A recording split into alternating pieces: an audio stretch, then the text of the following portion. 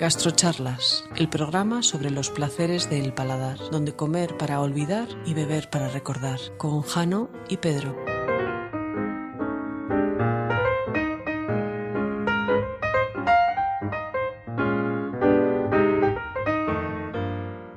Hola y bienvenidos o bienvenidas a Gastrocharlas, un podcast sobre los placeres del paladar, de la red de podcast pabellonauricular.com. Nuestro lema es comer para olvidar y beber para recordar. Yo soy Alejandro Conti, @ContiExcenia en Twitter, y os hablo desde la Sierra Norte de Madrid. Y yo soy Pedro Sánchez, el ojo que ves en Twitter, y os hablo desde casi el mismo Bilbao. Bueno, nuestro episodio de hoy versará sobre los lugares interiores de la gastronomía. Se trata de la Gastrocharla 4. Seguimos la estela de los lugares para hablar de la gastronomía. Y hoy nos queremos centrar en los lugares interiores de la gastronomía, cosas de Alejandro. Bueno, y de Pedro. ¿Nos ponemos? Vamos. Venga, pues Mira, tira. a mí me gustaría hablar hoy de los viajes a esos lugares de la memoria de la gastronomía. Son unos lugares ahí donde se mezcla lo físico con los recuerdos y no se sabe muy bien en qué lugar estamos, pero es realmente de donde venimos. Cuando dices que no sabemos en qué lugar estamos, ¿es que la experiencia que tenemos que tener es parecida a las de los no lugares? No. Bueno, podría ser una especie de no lugar histórico que tenemos ahí metido dentro, ¿no? ¿Tú recuerdas, tienes algún recuerdo del útero materno, por ejemplo? Del útero de mi madre, no. No. De estar yo dentro, ¿quieres decir? De estar tú dentro, claro. Es el primer, yo creo que es el primer lugar gastronómico en el que estamos, ¿no? Mira, siempre me acuerdo de Dalí, que cuenta historias muy delirantes y muy alucinantes, ¿no? Y siempre habla de que su primer recuerdo en la vida es estar dentro del útero materno y que son unos huevos fritos. Esto me daba mucho pie para todo esto que estamos hablando. Es su primer lugar gastronómico y es unos huevos fritos. Y él da una explicación muy razonable, ¿no? Y dice que esa postura que tenemos en el útero, que nos apretamos los ojos muy fuerte con los puños y que vemos como vemos como una sombra y un brillo en el centro, ¿no? Y él siempre dice que son unos huevos fritos, claro. Me parece Qué una curioso. una historia Bueno, hombre, maravillosa. teniendo en cuenta que esto viene de uno de los padres y principales exponentes del surrealismo, pues hay que pillárselo así, ¿no? A ver qué quería decir el hombre. Yo la verdad es que no tengo recuerdo. No sé si es normal, ¿eh? Quiero decir, yo no sé si tú tienes recuerdo del útero de estar dentro del útero de tu madre en León. Yo del útero no, pero yo creo que sí tengo un cierto recuerdo, por ejemplo, de estar entre las tetas de mi madre, fíjate. O sea, ese sitio ahí calentito que a la vez te está alimentando y que estás ahí súper protegido. No sé, yo creo que sí tengo un cierto recuerdo a esto. Pues yo tampoco. Hostia. Yo me vas a decir que parece que no he tenido infancia, pero no tengo ese recuerdo. Creo que mi madre estuvo apenas 3 meses dándome pecho. Entonces no tengo yo ese recuerdo, no. O sea, sí tengo recuerdo, ¿no?, de tetas y eso, pero no de las de mi madre y no de esa etapa, digamos, alimenticia. Lo que te acabo de decir no te lo he dicho con sorna, porque después tiene uno otros recuerdos de otros pechos distintos, ¿no? Y no sé de qué manera siempre he pensado que la atracción que los tíos, al menos los heterosexuales, tenemos con respecto a esa parte de la fisonomía de las mujeres, en parte tiene que ver con su carácter nutricio, ¿no? Que es lo primero que hace una madre. Claro, Sí. con la gastronomía. Bueno, estaba recordando Sí. a otro gran personaje que hablaba mucho de esto, que era Vigas Luna. Yo no sé si recuerdas Sí. de haber visto Sí. esas imágenes con esos pechos. La teta y la luna, por ejemplo, ahí ya, quiero decir, hasta desde el principio de la película, no desde el título, quiero decir. Y tiene un corto de mujeres en la playa que salen leche, son la exuberancia propia. Que él era un gran gastrónomo, o sea que también tiene, yo creo que en la teta su primer lugar gastronómico, sin lugar a dudas, ¿eh? Porque fíjate que incluso desde el punto de vista erótico, volviendo a lo de la fisonomía de las mujeres, a los pechos, ¿no? Esa primera pulsión es comer, ¿no? ¿No te pasa a ti? Es comer y sentirte a gusto comiendo, es un lugar de confort, ¿verdad? Sí, Calentito. es cierto. Es cierto, mira, no lo tenía yo Y es interiorizado de esa forma, pero sí, me lo expones así. Así como lo de Dalí no lo veo, esto sí. estar entre los pechos es un lugar maravilloso. Yo creo que es un lugar, esto no es un no lugar, es un O sea lugar que muy concreto. esa especie de canalillo, ¿no?, que dicen a veces las mujeres, esa especie de canalillo podríamos consensuar, primer consenso del episodio de hoy, podríamos consensuar que es un lugar gastronómico. Hombre, yo creo que es Con el permiso de las lugar. mujeres. Yo creo que es el lugar gastronómico. Sí. Claro, venimos de ahí. Luego ¿Sabes lo enseguida que pasamos a la sabe- cocina. Sí. sabes lo que sí recuerdo, Alejandro?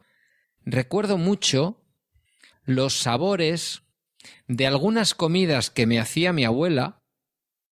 Mi abuela vivía, al principio yo cuando nací, viví los primeros 6 años con mis padres, pero en casa de mis abuelos. Y luego cuando nos mudamos dentro del mismo pueblo, muy cerquita de la casa anterior, pues por cuestión de tamaño de la familia, ¿no? Nos mudamos de manera que, por otro tipo de razones que no vienen ahora al caso, mi abuela vino a vivir al mismo rellano que nosotros. Es decir, que se compraron las dos casas en el mismo portal y en el mismo rellano. Entonces, la gastronomía de mi abuela, una gastronomía de origen extremeño, en donde las migas eran sin duda uno de los platos, estaban a lo largo del año siempre presentes, ¿no? Ese ruido de mi abuelo haciendo las migas los sábados o los domingos por la mañana, machacando el pan contra la sartén. Entonces, lo de las migas, como ha perdurado y se siguen haciendo en casa, incluso cuando ya estamos en ausencia de los abuelos, tanto del abuelo como de la abuela, bueno, pues están más presentes. Pero hay algunos platos que yo no sé cómo se llaman, que no soy capaz de recordárselos a mi madre y que a veces me vienen los olores y los sabores, sin saber decirte qué plato era, ni el nombre, ni cómo se hace, ni nada. Es esa Fíjate que cocina, ¿no?, de hace 2, 3 generaciones, que nos viene a veces a la memoria, ¿no? fíjate, tenemos una experiencia muy paralela. Yo vivía en una casa y mi abuelo vivía debajo. Entonces, para mí, la primera cocina es la de mi abuela. Era muy anterior a la de mi madre. La de mi madre fue posterior. Los recuerdos que tengo, mi abuela tenía una cocina de carbón. Y entonces estaba desde primera hora de la mañana, estaba haciendo las cositas así, pipín, pipín, pipín, al pil, pil.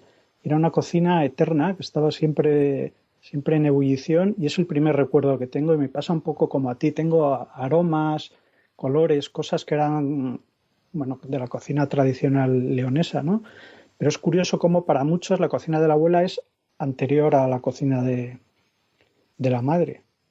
Y de Sí, aquí viene uno de sí. los conceptos más increíbles que se debe al duque de Gastronia, que recomiendo a todo el mundo que lo busque en las redes porque es un personaje increíble y habla mucho del mamotreto. El mamotreto que viene del griego, que él dice que es el alimentado por su abuela y que de aquí nace todo el concepto gastronómico, el mamotreto, alimentado por su abuela. Es el ser donde toda la mejor cocina es la de su abuela, es la mejor manera de cocinar es la de su abuela, y entonces él, que es un magnífico, su mujer, una magnífica cocinera, él se definía a sí mismo como capador de mamotretos, que este es otro magnífico, yo creo que de la evolución de los lugares, ¿no? Cómo sacar al mamotreto de ese sitio que es la cocina de su abuela.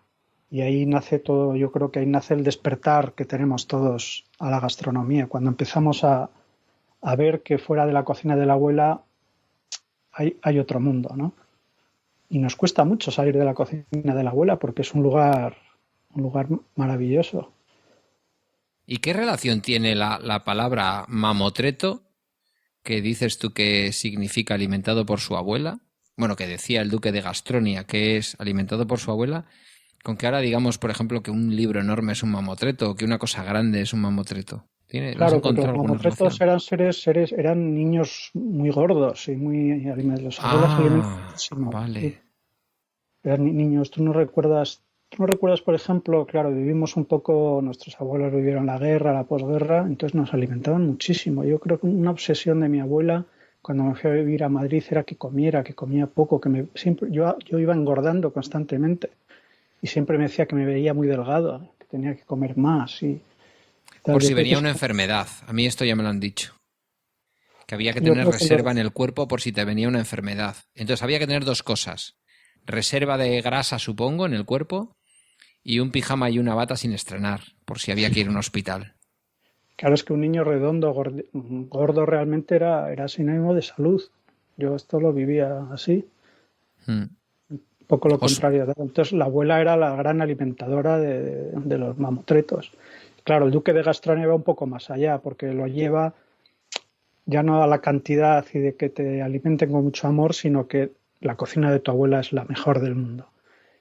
Y de ahí él se dedica a capar a los mamotretos. Es decir, o sea, la mejor paella es la de mi abuela, las mejores patatas guisadas son las de mi abuela. Lo lleva aún más diciendo el mejor vino es el de mi pueblo. Y entonces, claro, el despertar de la gastronomía es cuando rompes un poco con eso. Ujú. Sin renunciar, ¿no? Porque bueno, yo creo que a todos nos encanta la cocina de nuestra abuela, pero cuando te abres a otros sitios y a otras cocinas, ¿tú qué recuerdo tienes? ¿Cuál fue la siguiente cocina a la que saltaste tú después de la de tu abuela y la de tu madre? Bueno, la verdad es que tener una infancia en el País Vasco te lleva a disfrutar desde el principio sin ánimo de ir de sobrado, porque, por ejemplo, yo no descubrí Galicia hasta el 2011, eh, hasta el 2013, perdón. No descubrí Galicia hasta el 2013, creo, y para mí fue sorprendente, porque yo decía, los Claro. vascos decimos que comemos, ¿no?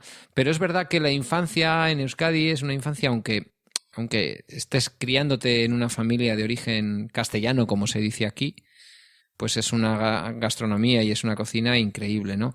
Yo recuerdo mm, los sabores de cuando era estudiante de universidad en Vitoria, y bueno, pues tenías que arreglarte para comer por allí, intentando no hacerle mucho gasto a tus padres, ¿no? Estudié una carrera corta, en aquella época una diplomatura, pero había que estar mañana y tarde, al menos en primero, porque se hacían prácticas por la mañana en el propio centro.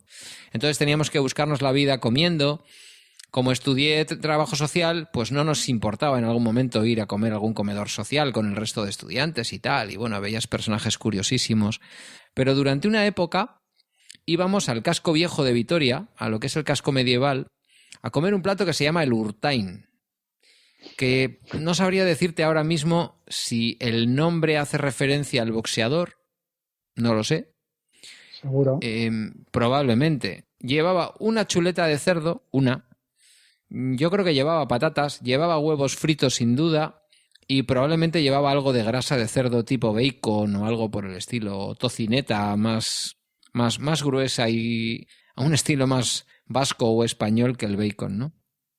Y recuerdo que era muy barato, o sea, era una cosa que, pues no sé, si en aquella época, no sé, porque te estoy hablando de hace ya prácticamente 30 años, no me acuerdo cuánto valía, pero recuerdo que era algo que se podía pagar, no era más caro que una hamburguesería, por ejemplo, ¿no? Entonces ese es un sabor mmm, que me trae ese recuerdo de estudiante. Claro, esos primeros restaurantes, ¿verdad? Yo antes de los primeros restaurantes, que es, claro, otro gran descubrimiento de otros lugares, así que descubres por primera vez, yo recuerdo las cocinas de algún amigo y especialmente de un amigo que su madre era muy, muy chic para nosotros. Entonces yo descubrí, por ejemplo, el helado de pistacho, que todavía me Mmm, acuerdo de qué él cada bueno. vez que veo un helado. Para nosotros en ese momento ir a casa de un amigo y nos ponía su madre helado de pistacho. Y tenía una cocina que tenía un aparato para hacer hielitos, para hacer unos granizados y tal. Entonces yo recuerdo, hablando un poco de lugares, el lugar de la cocina esta de mi amigo David, que era un descubrimiento. De repente por primera vez veías que había una cocina donde hacían unas cosas que eran deslumbrantes, que no habíamos visto nunca. Y esto para mí también fue